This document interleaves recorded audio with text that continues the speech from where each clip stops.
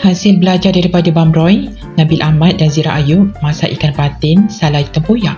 Sedapnya dapat makan dekat rumah kebun. Wow. Nak tengok dia punya? Kenapa tak mandi lagi?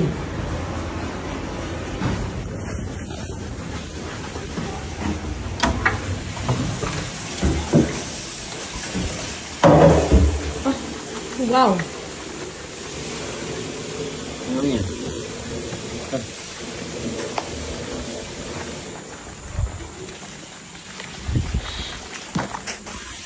Bambil.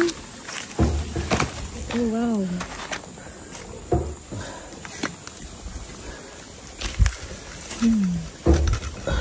Masak tempoyak.